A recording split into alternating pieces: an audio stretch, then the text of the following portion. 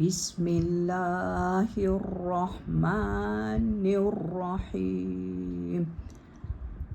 وقالت اليهود ليست النصارى على شيء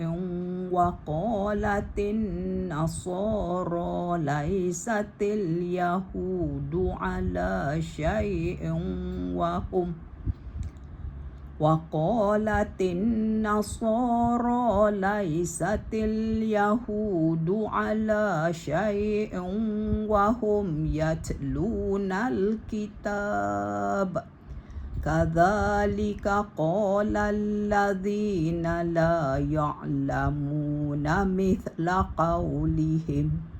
فالله يحكم بينهم يوم القيامة فيما كانوا فيه يختلفون ومن أظلم ممن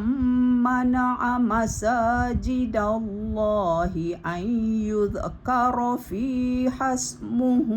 وسعى في خرابها أولئك ما كان لهم أن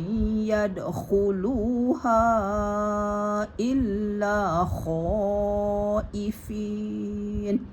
لهم في الدنيا خزي ولهم في الآخرة عذاب عظيم ولله المشرق والمغرب فأينما تولوا فثم وجه الله إن الله واسع عليم.